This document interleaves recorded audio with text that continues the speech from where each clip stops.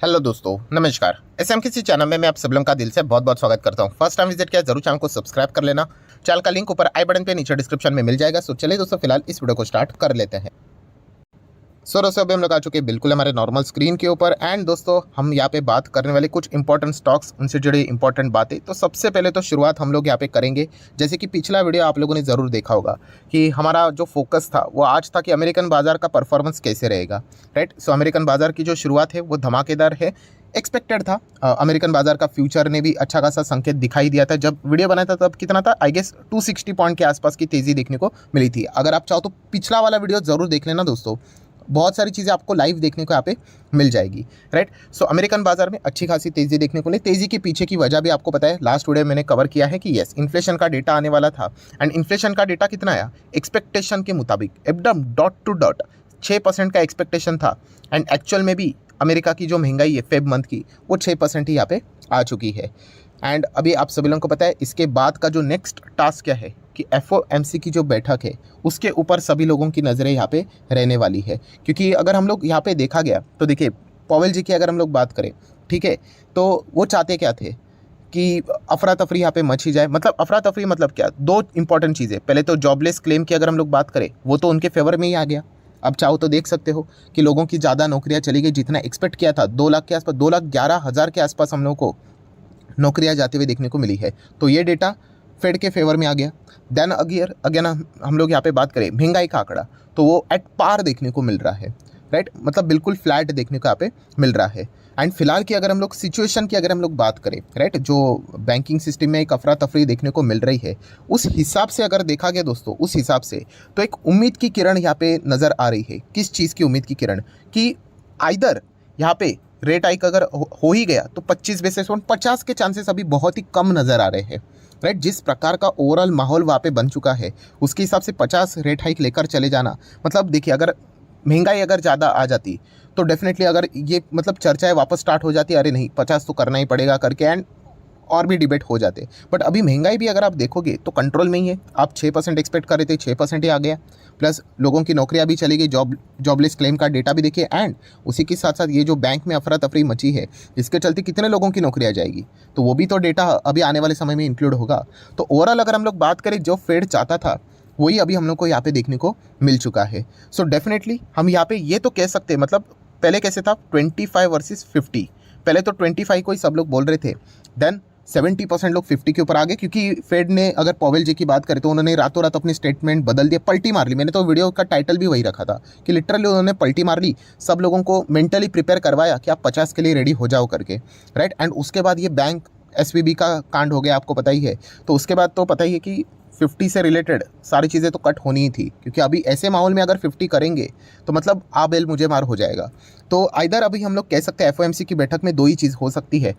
अगर हो गया रेट हाइक तो 25, या फिर जैसे मैंने आपको कहा कि उम्मीद की किरण क्या है कि माइट भी रेट हाइक को कुछ टेम्पररी बेसिस के हिसाब से रोक भी दिया जा सकता है, हो भी सकता है। एक आप बोल सकते हैं 0.1% की उम्मीद भी आप चाहो तो रख सकते हो। ये भी एक ऑप्शन अभी अवेलेबल हो चुका है। एंड खास करके ये जो इन्फ्लेशन का डेटा आया है, इसके चलते शायद से हम कह सकते हैं कि सरकार की ओर से, बाइडेन की ओर से एक प्रेशर जरूर क्रिएट हो सकता है, क्योंकि उनको जवाब देना पड़ रहा है, राइट। आप सोच कर देखिए, अगर हम हमारे देश से ही थोड़ा सा इसको रिलेट कर ले तो प्राइम मिनिस्टर जी का काम होता है अलग अलग चीज़ों को देखना। फाइनेंस की अगर हम लोग बात करें, बैंकिंग सिस्टम की बात करें तो आरबीआई का काम है। कल अगर आरबीआई अगर बहुत बड़े स्तर के ऊपर फेल हो गया तो कोई आरबीआई गवर्नर को ज़्यादा सवाल नहीं पूछेगा।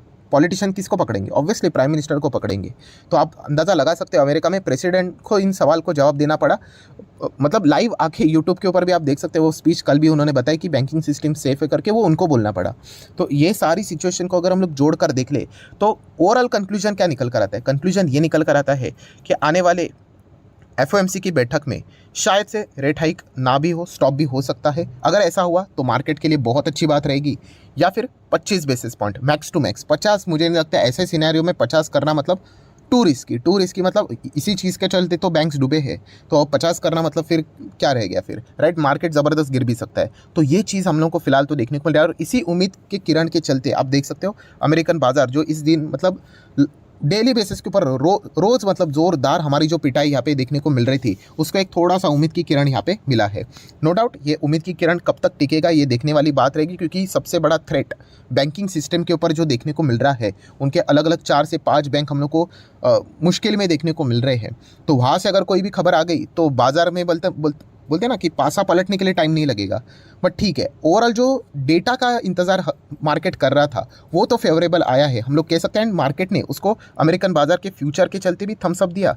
एंड डो जोन्स की अगर हम लोग एक्चुअल मार्केट की भी बात करें तो वहाँ पे भी उन्होंने थम्स अप दिया। एक बार मैं रिफ्रेश कर लूँ तो देख लेते हैं क्या चल रहा है। 454 पॉइंट की अच्छी मतलब तेज़ी देखने पर तेज़ी अच्छी खासी हो गई है। अभी 5 दिन की गिरावट या फिर 1 महीने की अगर हम लोग गिरावट की बात करें, चलो 5 दिन ही बोल लेते हैं, राइट। तो अच्छी खासी हम लोग को गिरावट देखने को यहाँ पे मिली थी, राइट। उस हिसाब से अगर हम लोग यहाँ पे बात करें तो अच्छा खासा ही हम लोग को परफॉर्मेंस फिलहाल तो देखने को यहाँ पे मिल रहा है। बहुत सारे लोगों का यही सवाल था, सर क्या कल के दिन हमारे निफ्टी में भी क्या धमाका होगा अगर अमेरिकन बाजार इसी पॉजिटिविटी के साथ अगर क्लोज हो जाता है?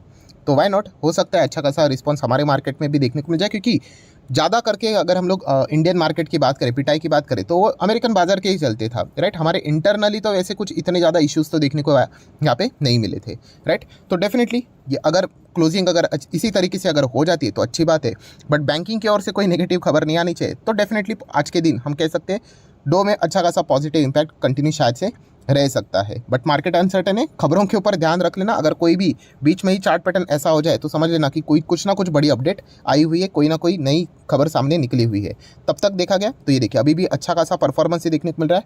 हायर हाई हम लोग को लगातार कट होते हुए देखने को यहाँ पे मिल रहा है। सो प्रे कीजिए अमेरिकन बाजार में कोई नेगेटिव खबरें आज नहीं आए करके एंड पॉजिटिव क्लोजिंग हो जाए तो कल हमारे मार्केट में भी ज़बरदस्त गैप अप का थोड़ा बहुत एक्सपेक्टेशन रख सकते हो। देन बात करेंगे बीसीजी। बहुत सारे लोगों के रोज़ कमेंट आते रहते हैं और मतलब देखा गया तो बहुत सारे लोग इसमें फंसे हुए भी हैं, राइट। तो अभी कितना है, 2.5% की तेज़ी आज के दिन देखने को मिल रहा है। आज के दिन भी आप देख सकते हैं ज़बरदस्त तेज़ी, फिर गिरावट। संभल कर रहना चाहिए। मल्टीपल टाइम्स मैं आपको बोल चुका हूँ दोस्तों, बिजनेस देख कर जाओ।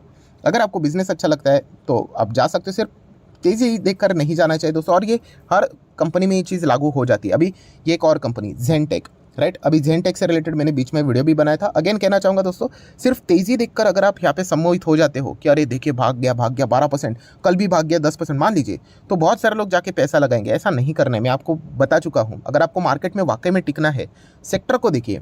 सेक्टर क्या है, ड्रोन। अगर आपको ड्रोन के ऊपर भरोसा है कि हाँ ये सेक्टर इंडिया में ग्रो करेगा, तो फिर आप चाहो तो इन कंपनीज़ के बारे में विचार कर सकते हो, राइट। बट कुछ लोगों ने ऐसे कमेंट में लिखा था कि सर हमें नहीं लगता है ड्रोन में कोई स्कोप है करके। तो देखिए उनका पिक्चर ना बहुत विजन एकदम क्लियर है। तो फिर उनका कैसा है कि ये तेज़ी के चलते वो फंसेंगे नहीं करके।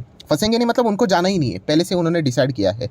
बट जिनका क्लैरिटी नहीं है कि कंपनी करती क्या है, सिर्फ परसेंटेज देखकर वो डिसीजन लेते हैं। तो आपको पता है मार्केट है सर, आज 11% भागा है, कभी तो 11% गिरेगा भी, तब जाके आपको दिक्कतें हो सकती है। तो बिजनेस को आपने अच्छी तरीके से स्टडी करना चाहिए। एंड बिजनेस के हिसाब से देखा गया तो ज़ेनटेक ज़रूर अच्छा कर सकता है, हाँ। बट बहुत ज़्यादा रिस्की बिजनेस है। इनफैक्ट वेरी वेरी वेरी, जितना रिस्क आप यहाँ पे लगा सकते हो उतना रिस्क यहाँ पे मतलब कंसिडर कर सकते हो।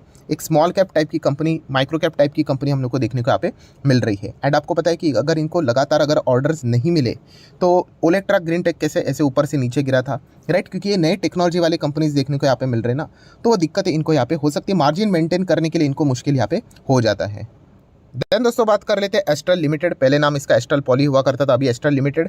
तो जिनके भी पोर्टफोलियो में सडनली उनको 25 से 26% का क्रैश नज़र आ रहा होगा, राइट। तो ऐसा टाइटल में लिखना ही पड़ता है क्योंकि सवाल ही वैसे आ जाते हैं। तो एक बिगनर लेवल के ये सवाल होते हैं। तो मैं आपको बताना चाहूँगा दोस्तों, जो लोग भी ये सवाल पूछ रहे हैं क्या ये क्रैश है, तो दोस्तों कोई डरने की ज़रूरत नहीं। आपको पता है एस्ट्रल ने यहाँ पे बोनस स्प्लिट जो अभी कॉर्पोरेट एक्शन का अनाउंसमेंट किया था, बोनस की अगर हम लोग बात करें तो उसका आज एक्स डेट था। मतलब अगर हम लोग एनएससी के ऑफिशियल वेबसाइट पे जाते हैं तो ये देखिए, आप देख रहे हो यहाँ पे आपको एक फाइल देखने को मिलेगी। इसके ऊपर माउस का कर्सर रखोगे आप तो आपको एक चीज़ें लिखी हुई मिलेगी कि क्या हुआ है करके, तो बोनस लिखा हुआ मिलेगा।